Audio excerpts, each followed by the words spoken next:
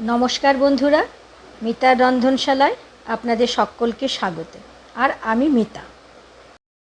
জলখাবার বানাতে গিয়ে আমরা এমন অনেক খাবার তৈরি করে ফেলি যেগুলো শরীর স্বাস্থ্যের পক্ষে একেবারেই ভালো নয়, অথচ মুখরোচক। কিন্তু আজকে আমি যে রেসিপিটি আপনাদের সঙ্গে শেয়ার করব সেটি একদিকে মুখরোচক এবং স্বাস্থ্যকর, আর সঙ্গে থাকছে খুবই টেস্টি একটা চাটনির রেসিপি, যেটা ছোট বড় প্রত্যেকেই খুবই পছন্দ করবে। তা চলুন দেখে নিই কী রেসিপি আজকে আমি তৈরি করে নিয়েছি। গ্যাসে একটা কড়াই চড়িয়ে দিয়েছি। কড়াইয়ে 2 চা চামচ রিফাইন অয়েল দিয়ে তাতে 1/2 চা চামচ সর্ষে আর 1/2 চা চামচ সাদা জিরে ফোড়নে দিলাম। ভালো করে ভেজে নিচ্ছি। এরপর 1 চা চামচ ছোলার ডাল ভালো করে ধুয়ে নিয়ে কড়াইয়ে দিয়ে দিলাম, আর এটাকেও ভালো করে ভেজে নেব। ছোলার ডালটা ভাজা হয়ে গেলে 8-10টা কারি পাতা দিয়ে ভালো করে এটাও ভেজে নিলাম। কারি পাতা ভাজা হয়ে গেলে একটা ছোট পেঁয়াজ কুচি করে কেটে নিলাম, আর এটাকেও লালচে করে ভেজে নেব। পেঁয়াজটা ভাজা হলে 1/2 ইঞ্চি আদা খুব কুচি করে কেটে ভেজে নিচ্ছি। আদাটা দিয়ে কাঁচা গন্ধ চলে যাওয়া অবধি ভেজে নেব। এরপর 1/2 কাপ গ্রেট করা গাজর কড়াইয়ে দিয়ে দিলাম, আর গাজরটা ড্রাই হয়ে যাওয়া পর্যন্ত ভেজে নিতে হবে। ফ্লেমটা মিডিয়াম থাকবে। এরপর 1/2 ক্যাপসিকাম কুচি করে দিয়ে দিলাম, আর এই সময় ফ্লেমটা একটু বাড়িয়ে রাখলাম, কারণ ক্যাপসিকামের রঙটা তাহলে ভালো থাকে। ক্যাপসিকামটা খুব কম সময়ের জন্য ভেজে নেব। এরপর 2 টেবিল চামচ পরিমাণ সুইট কর্ন দিলাম। সুইট কর্নটা দিয়ে ভালো করে ভেজে নেবার পর আমি এবারে দিচ্ছি পিস, গ্রিন পিস দিচ্ছি, ফ্রোজেন পিস এগুলো। এই সবজি আর কর্ন যদি আপনারা পান তো ভালো, আর না পেলে আপনাদের পছন্দ অনুযায়ী সবজি দিতে পারেন। এরপরে 8-10টা কাজু টুকরো করে নিয়ে এর মধ্যে দিয়ে দিলাম। এটা কিন্তু সম্পূর্ণ অপশনাল, কাজুর বদলে অন্য নাটসও আপনারা ব্যবহার করতে পারেন। এরপরে দিয়ে দেব 1/2 কাপ পরিমাণ সুজি, মোটা দানা অথবা সরু দানা দুই চলতে পারে। সুজিটা দিয়ে যতক্ষণ না দানা দানাগুলো বেশ ভালোভাবে বোঝা যাবে সেই পর্যন্ত ভেজে নিতে হবে। দেখুন সুজির দানাগুলো কীরকম ফুলে গেছে। গ্যাসের ফ্লেমটা কিন্তু মিডিয়ামেই থাকবে। এরপরে দিয়ে দিলাম 1 কাপ পরিমাণ গুঁড়ো করে নেওয়া ওটস। রেগুলার ওটস যেটা প্যাকেট করে বাজারে পাওয়া যায়, সেটা গ্যাসেতে 2 মিনিট মতো মিডিয়াম ফ্লেমেতে ড্রাই রোস্ট করে নিয়েছি। তারপরে ওটাকে মিক্সিতে ঠান্ডা করার পর গুঁড়ো করে একদম পাউডার করে নিয়েছি, সেটাই 1 কাপ ব্যবহার করলাম। এই পাউডার ওটসটাই কিন্তু এক্ষেত্রে দরকার।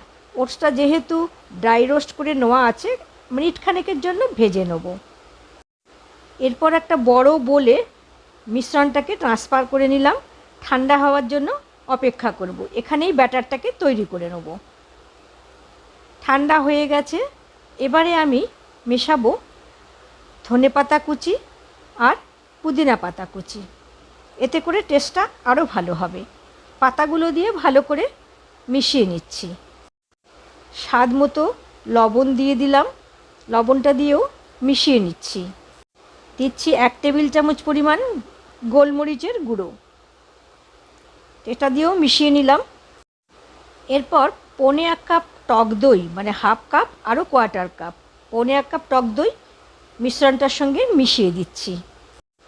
আর কনসিস্টেন্সিটাকে সঠিক করার জন্য 1 কাপ পরিমাণ জল নিয়েছি। অল্প অল্প করে দেব, কতটা লাগে দেখতে হবে। পুরো 1 কাপ জলই আমি দিয়ে দিলাম। ভালো করে মিশিয়ে নিচ্ছি। এবারে ঢেকে দেব মিনিট 15-20-এর জন্য। এর কারণ ওটস এবং সুজি দুটোই ফুলে যাবে। দরকার লাগলে পরে আরও জল দিতে হতে পারে। এই সময় আমি ইডলি স্ট্যান্ডটাকে রেডি করে নিচ্ছি। ইডলি স্ট্যান্ডের প্রত্যেকটা বোলের মধ্যে রিফাইন্ড অয়েল দিয়ে গ্রিস করে নিচ্ছি। সব কটা বোল আমার রেডি করে নেওয়া হয়ে গেছে। এবারে দেখি ব্যাটারটা কীরকম দাঁড়িয়েছে। ব্যাটারটা যথেষ্ট ঘন হয়ে গেছে, কারণ সুজি এবং ওটস দুটোই ফুলে শক্ত হয়ে গেছে। আর একটু জলের আমার দরকার।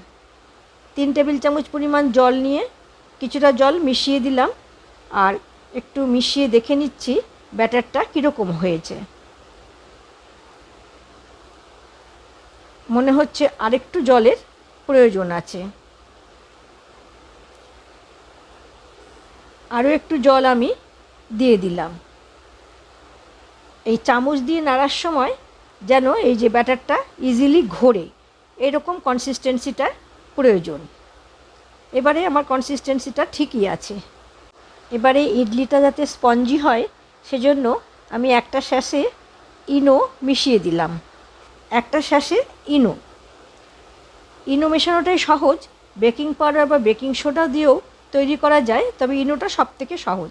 আর ইনোটাকে অ্যাক্টিভেট করার জন্য 1 চা চামচ পরিমাণ জলও আমি ব্যবহার করলাম। এরপর একই ডাইরেকশানে খুব অল্প সময়ের জন্য ঘুরিয়ে নিচ্ছি।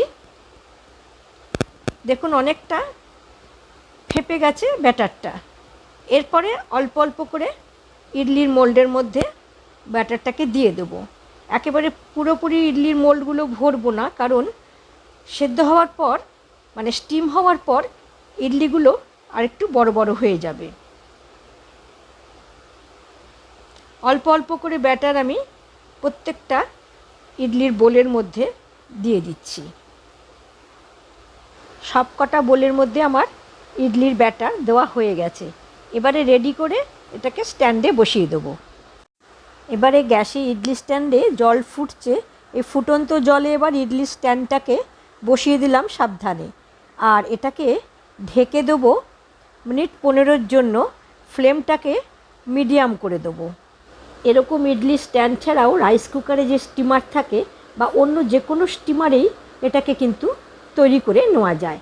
15 মিনিট হয়ে গেছে, আমি ঢাকাটা খুলে এবার দেখে নিচ্ছি ইডলি কতটা সঠিকভাবে হয়েছে। দেখুন ওপরটা ফাটা ফাটা হয়ে গেছে, তার মানে ভেতরটা খুবই স্পঞ্জি হয়েছে এবং যথেষ্ট পরিমাণে ফুলেছে। এবার একটা চাকুর সাহায্যে দেখে নিলাম ভেতরটাও কিন্তু একদম কাঁচা নেই, পুরোপুরি তৈরি হয়ে গেছে। এবারে পুরোপুরি ঠান্ডা হয়ে গেছে। স্ট্যান্ডটাকে এবার আমি আলাদা আলাদা করে নেব। আর প্রত্যেকটা ইডলিকে এরকম চামচের সাহায্যে অথবা চাকুর সাহায্যে একটু প্রেসার দিলেই পুরোপুরি উঠে আসবে। দেখুন একদম কিচ্ছু লেগে নেই। আর ভেতরটা কীরকম স্পঞ্জি, নিচে কীরকম জালি জালি দেখা যাচ্ছে, তার মানে ভেতরটা স্পঞ্জি হয়েছে খুবই। এইভাবে প্রত্যেকটা ইডলি আমি এক প্লেটটার মধ্যে বের করে নেব। 4টে স্ট্যান্ড আছে, 4টে স্ট্যান্ডে টোটাল 16টা ইডলি আমার তৈরি হয়েছে। ওটসের পরিমাণ কিন্তু 1 কাপ।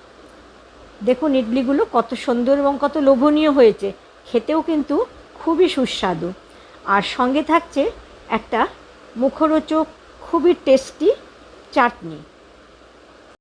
এবারে চাটনির রেসিপিটাতে আসি। একটা মিক্সিং জার নিয়ে নিয়েছি আর তার মধ্যে নিয়েছি হাফ মালা, মানে ছোটো নারকেলের হাফ মালা পরিমাণ নারকেল, খোসা ছাড়াবার কোনো প্রয়োজন নেই। আর নিয়ে নিয়েছি হাফ কাপ পরিমাণ খোসা ছাড়ানো ছোলা ভাজা। আর নেব 1 কাপ পরিমাণ ড্রাই রোস্ট করা বাদাম। ছোলাটাও কিন্তু ড্রাই রোস্ট করাই, বাদামেরও খোসা ছাড়ানোর কোনো প্রয়োজন নেই। এরপরে এর মধ্যে দেব 1 চা চামচ পরিমাণ লঙ্কা বাটা আর 1 মুঠো ধনে পাতা। আর দেব হাফ কাপ পরিমাণ টক দই। আর কোনো জলের ব্যবহার এখানে করব না। বিট লবণ দিলাম 1 চা চামচ পরিমাণ। আর কিছু বরফের কুচি দেব যাতে কালারটা সুন্দর থাকে। এবারে বরফের কুচি দিয়ে দিলাম আর পেস্টটা তৈরি করে আনছি। হয়ে গেছে আমাদের ইডলির সঙ্গে খাওয়ার জন্য চাটনি। আর এই চাটনি শুধু ইডলি নয়, ইডলি, ধোসা, মোমো ইত্যাদির সঙ্গেও ব্যবহার করা যায়। খুবই টেস্টি এই চাটনি। আর এটা কাচের পাত্রে ফ্রিজেতে 15 থেকে 20 দিন পর্যন্ত রেখে খাওয়া যায়, নর্মাল ফ্রিজে। আমি এর আগে মোমোর রেসিপিতে মোমোর চাটনিও দেখিয়েছি। আর এই চাটনি, দুটো চাটনি মোমো, ইডলি, ধোসা সবগুলোর সঙ্গেই ব্যবহার করা যায়। এবারে চাটনিটাকে একটা বোলের মধ্যে ঢেলে নিয়েছি আর সামান্য জল দিয়ে কনসিস্টেন্সিটাকে অ্যাডজাস্ট করে নিলাম। এবারে একটু ফোড়ন অ্যাড করব এর সঙ্গে। গ্যাসে একটা কড়াই বসিয়ে 2 টেবিল চামচ রিফাইন অয়েল দিলাম আর 1 চা চামচ সর্ষে আর 1 চা চামচ গোটা জিরে ফোড়ন হিসাবে দিলাম। 2টো শুকনো লঙ্কাও দিয়েছি। এটাকে ভাজা ভাজা করে নিতে হবে। ফোড়নটা ভাজা হলে 8-10টা কারি পাতা দিয়ে দিলাম, আর এটা কারি পাতা দিয়েও ভালো করে ভেজে নিলাম। কারি পাতা দিয়ে ভালো করে ভাজা হয়ে গেলে এটাকে এবারে ওই চাটনির মধ্যে ঢেলে দেবো।